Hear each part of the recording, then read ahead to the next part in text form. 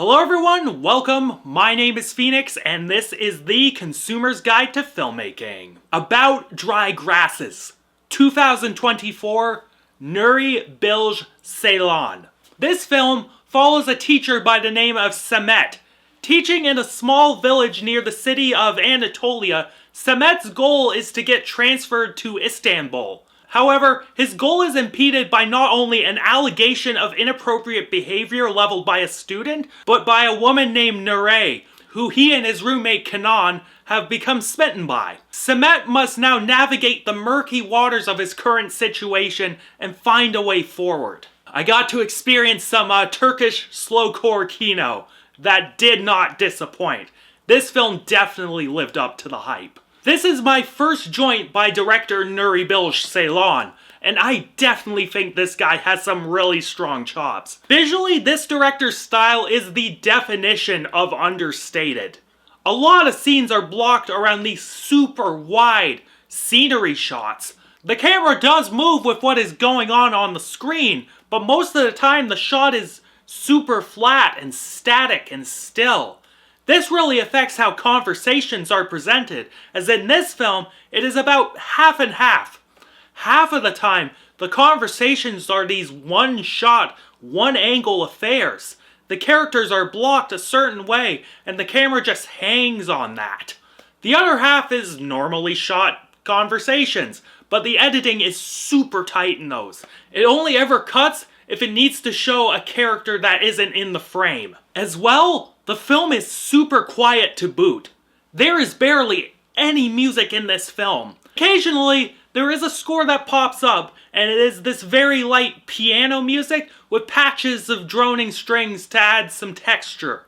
When the score is used, I think it's really effective and adds some real weight to each scene it's used in.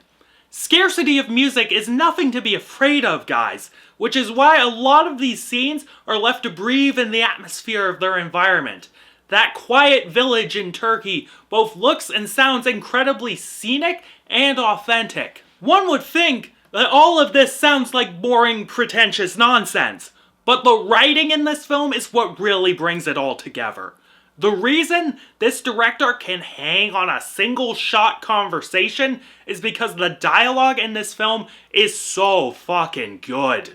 It strikes that beautiful balance of being poetic yet natural. We get the occasional philosophy lecture in this film, but it always sounds like a normal person saying these things and not some jag-off blowing smoke up his ass. This is brought to life by a brilliant cast. And our lead roles are Deniz Seliloglu, Musab Eksisi, and Merv Dizdar.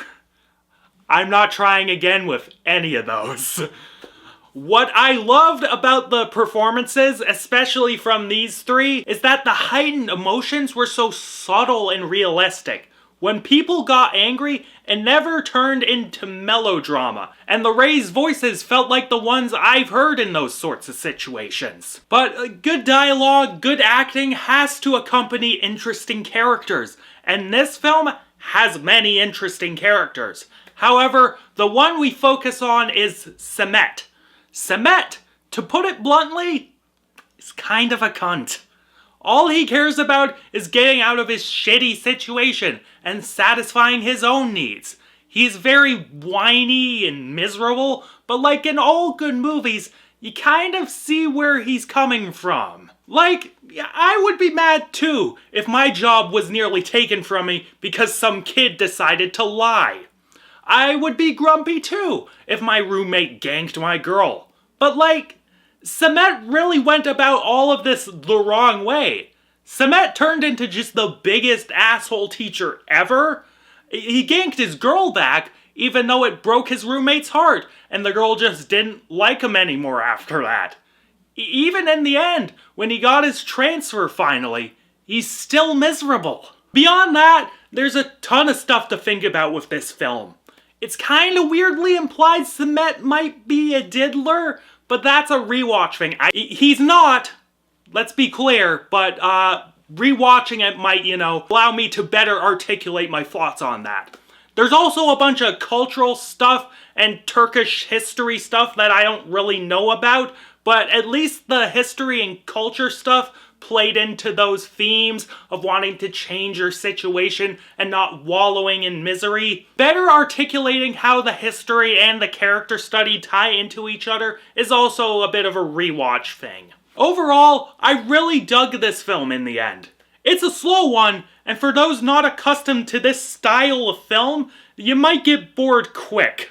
But if you are able to give it your attention and are willing to meet it halfway, I guarantee you, you will get a lot out of it. Ceylon is a hell of a director, and he brought to life a damn good script.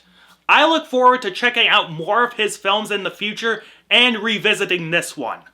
Highly recommend it. And I am feeling a 9 to a 9.5 out of 10 on this one. We'll see where this film lands on rewatch. Catch you later, guys.